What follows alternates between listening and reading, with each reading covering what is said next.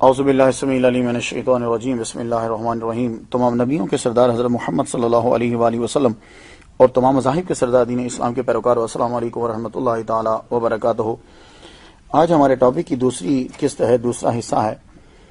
پہلی میں نے آپ کو دجال کے معنی بتلائے تھے کہ اس کے معنی کیا ہیں اور اس کے نام کی میننگ جو ہے کیا ہے۔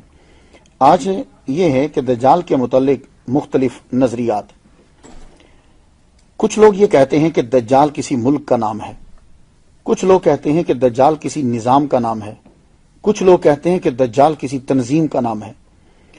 تو جن لوگوں نے کہا کہ دجال جو ہے وہ کسی ملک کا نام ہے، انہوں نے کہا کہ جی جس ملک میں وہ رہ رہے ہیں امریکہ، بولے کہ یہ دجال ہے۔ جو لوگ امریکہ میں نہیں رہتے اور جب کبھی غصہ آتا ہے تو اپنی عوام کو کہتے ہیں کہ یہ دجال ہے، کیونکہ وہ خود یہاں نہیں رہتے، جب ویزا ملتا ہے تو پھر آ جاتے ہیں۔ دجال کی ایک آنکھ بتلائی گئی ہے، امریکہ کی بھی ایک آنکھ ہے، مادیت کی آنکھ، روحانیت کی آنکھ بند ہے، اور ایک آنکھ ہے اس کی، وہ مادیت کی، وہ کھلی ہے، اور اس کی کرنسی پر بھی ایک آنکھ بنی ہوئی ہے۔ وہ یہ دلیل دیتے ہیں۔ اس حد تک تو ٹھیک ہے کہ امریکہ کی تہذیب سراسر مادیت پرستی پر قائم ہے، اور دجال کو ظاہر ہونے کے لیے جو وسائل درکار ہوں گے اور جو ماحول چاہیے وہ تمام غیر مسلم خواہ کہیں بھی رہتے ہوں مہیا کرنے کے لیے دن رات سائنسی، معاشرتی، سیاسی طور پر تحقیقات میں لگے ہوئے۔ یہ تو ٹھیک ہے کہ دجال کی راہیں ہموار کر رہے ہیں، مگر امریکہ دجال نہیں ہے، کیونکہ دجال کسی ملک یا حکومت کا نام نہیں ہے۔ یہ ایک متعین شخص ہے جو ایک مقررہ وقت میں مقررہ جگہ سے ظاہر ہوگا۔ اب اس کے تعاون کرنے والے بہت سے ہیں، وہ اب کوئی بھی ہو سکتا ہے، لیکن جب ہم دجال اکبر کی گفتگو کریں گے تو پھر وہ ایک متعین شخص ہے، ایک آدمی ہے۔ اب ہمارے پاس کون سا ذریعہ ہے کہ جس کے مطابق ہم بتلا سکیں، یقینی ذریعہ ہو کہ وہ کون ہوگا؟ تو ہمارے پاس ذریعہ محمد صلی اللہ علیہ وآلہ وسلم کی ذات ہے۔ تو دلائل دینے سے پہلے یہ جان لیجئے کہ ہماری گفتگو دجال اکبر سے ہے۔ ویسے تو ہر وہ آدمی دجال ہے جو دجال کی راہ ہموار کرتا ہے، اس کا منشور چلاتا ہے، دین سے ہٹاتا ہے، حق کو چھپاتا ہے۔ اسی طرح کے دجالوں کے بارے میں حضور نے ایک حدیث میں بتایا کہ ان کی تعداد 30 ہوگی۔ مسند عمر بن عبداللہ بن خطاب میں ہے کہ ان کی تعداد 30 بتائی ہے، کہ یہ 30 جھوٹے دجال، یہ چھوٹے دجال ہوں گے۔ ایک اور حدیث کے اندر، یہ حدیث مسند ابی یعلا میں ہے، اس میں بتایا گیا کہ 70 دجال ہوں گے۔ تو اسی طرح ایک اور حدیث مبارکہ ہے مسند امام احمد بن حنبل میں، اس میں 27 دجال کے بارے میں بتایا گیا۔ تو آپ یہ مت سمجھیے گا کہ یہ 27، 30 اور 70 آپس میں تعارض ہے۔ اصل میں کچھ دجال ہیں وہ بی کیٹیگری کے ہیں، کچھ دجال ہیں وہ سی کیٹیگری کے ہیں، لیکن جس کی ہم گفتگو کرتے ہیں کہ دجال آئے گا، وہ الدجال الاکبر ہے، وہ حضرت عیسیٰ علیہ السلام کے دور میں ہوگا۔ الدجال الاکبر جو ہے یہ ملک یا حکومت نہیں، ایک مخصوص حلیہ صورت رکھنے والا انسان ہے۔ آئیے اب ہم دیکھتے ہیں حدیث مبارکہ میں کہ وہ کون ہے۔ مسلم شریف کے اندر حضور صلی اللہ علیہ وسلم کا فرمان ہے، ان نواس بن سمعان سے قال ذکر رسول اللہ صلی اللہ علیہ وسلم، حضور صلی اللہ علیہ وسلم نے فرمایا کہ وہ ایک نوجوان مرد ہوگا، اس کے بال چھوٹے اور گھنگریالے ہوں گے، وہ ایک آنکھ سے کانا ہوگا۔ بخاری شریف کے اندر حضور صلی اللہ علیہ وسلم کا فرمان ہے کہ آپ نے فرمایا کہ میں نے خواب میں دیکھا کہ وہ کعبہ کا طواف کر رہے ہیں۔ حضور صلی اللہ علیہ وسلم دیکھتے ہیں خود کو کہ اسی دوران انہیں دجال دکھایا گیا۔ حضور صلی اللہ علیہ وسلم نے فرمایا موٹا بھاری بھرکم جسم تھا، سرخ اس کی رنگت، گھنگریالے بال، چھوٹے، اور ایک آنکھ سے نابینا، اور اس کی آنکھ لٹکے ہوئے انگور کے دانے جیسی ہے۔ مسند امام احمد میں حدیث ہے کہ اس کی پیشانی پر، فور ہیڈ پر لفظ کافر لکھا ہوگا، اور ہر ایمان والا چاہے پڑھا لکھا ہوگا یا ان پڑھ وہ اس لفظ کو پڑھ سکے گا۔ تو ان احادیث سے یہ خلاصہ واضح ہو گیا کہ دجال جو ہے یہ ایک نوجوان ہوگا، بھاری بھرکم اس کا جسم ہوگا، رنگت اس کی سرخ ہوگی، بال اس کے چھوٹے اور گھنگریالے ہوں گے، دونوں آنکھیں عیبدار ہوں گی، ایک آنکھ ایسی ہوگی جیسے لٹکتا ہوا انگور کا دانہ ہے، اور پیشانی پر کافر لکھا ہوگا۔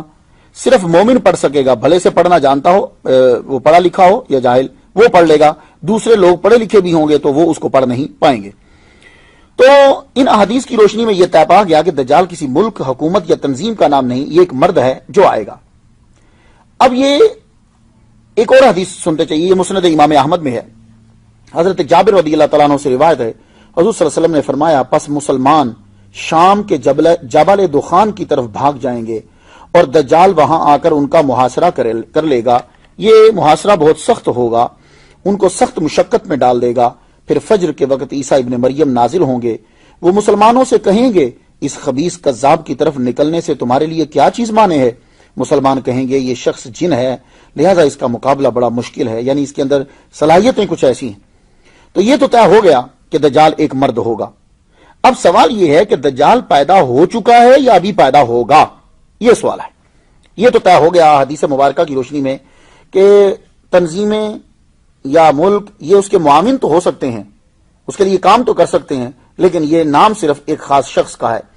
اب یہ ہے کہ وہ پیدا ہو چکا ہے یا نہیں، اس کے لیے مجھے ایک طویل حدیث ہے، لیکن میں خلاصہ آپ کے سامنے جو ہے وہ پیش کروں گا۔ یہ حدیث مبارکہ آپ پڑھ سکتے ہیں جا کے مسلم شریف میں، مسلم شریف کے کتاب الفتن کے اندر آپ کو یہ حدیث ملے گی۔ اس کا میں صرف ترجمہ پیش کرتا ہوں۔ فاطمہ بنت قیس فرماتی ہیں کہ حضور صلی اللہ علیہ وسلم کے اعلانچی نے اعلان کیا، اعلان کرنے والے نے، الصلاۃ جامعہ، کہ نماز کا ٹائم ہو گیا ہے۔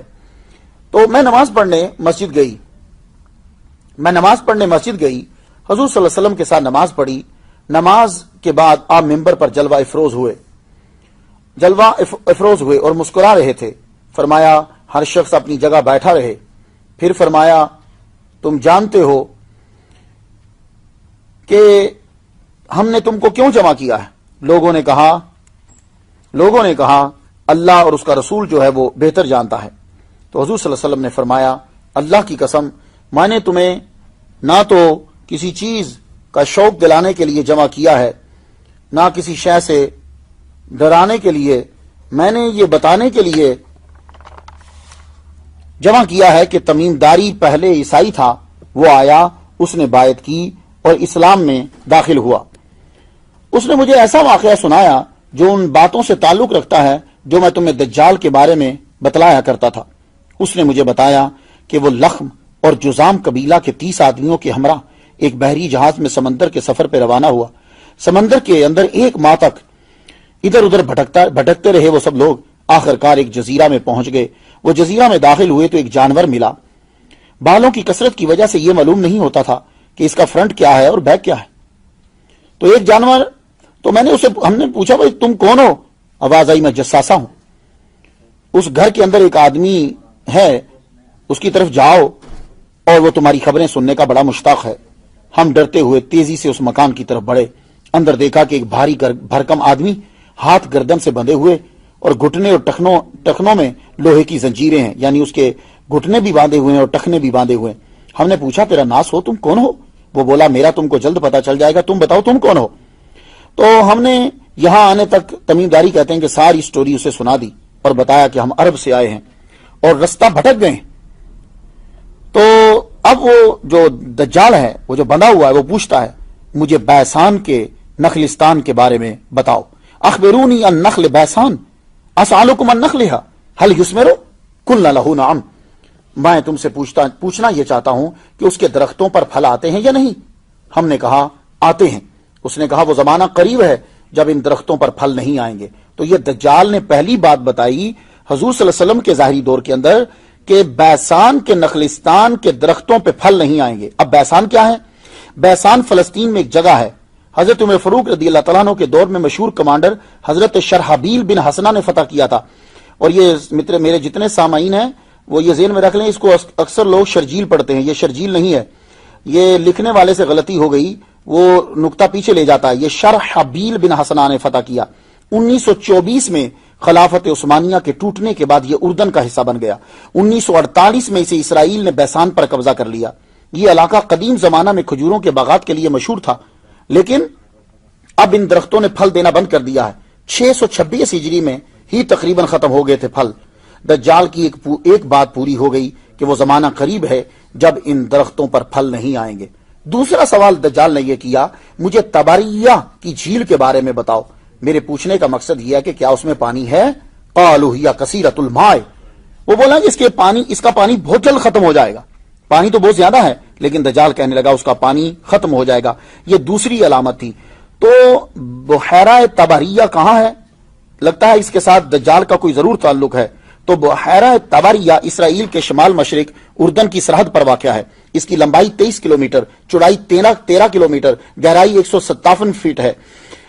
اس وقت اسرائیل کے قبضہ میں ہے یہ بھی، اور دلچسپ بات یہ ہے کہ اسرائیل کی حکومت اتنے پیسے لگا کر خلیج عقبہ سے پانی پائپوں کے ذریعے سے اس کے اندر ڈالتی ہے، اور اس کے باوجود بھی اس کا پانی مسلسل جو ہے وہ کم ہوتا جا رہا ہے۔ تو دجال کی دوسری علامت بھی پوری ہو چکی ہے۔ تیسرا سوال اس نے یہ کیا کہ مجھے زغر کے چشمے کے بارے میں بتاؤ، یہ چشمہ کیا ہے، کیا بتایا؟ گفتگو جاری ہے، اجازت دیجیے۔ وآخر دعوانا الحمدللہ رب العالمین۔